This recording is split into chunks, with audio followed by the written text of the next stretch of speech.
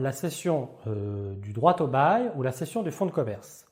Déjà, on va voir que ce sont deux notions qui sont distinctes, même si elles présentent une base commune qui est de céder le bail. Et on va essayer de voir un petit peu ce que recouvre cette notion, quelles sont les contraintes et les règles qui découlent d'une cession et comment le bailleur, lui, doit ou peut se positionner lorsqu'il a son locataire qui vient le voir et qui lui dit « Monsieur le bailleur, je souhaiterais céder mon bail » ou « Monsieur le bailleur, je souhaiterais céder mon fonds de commerce ».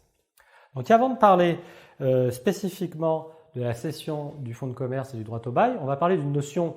qui est quand même tout à fait connexe, à savoir le droit d'entrée que l'on fait parfois payer à son locataire lorsque l'on signe un bail, qu'on appelle plus communément, je le disais dans la partie précédente, ce qu'on appelle le pas de porte. C'est quelque chose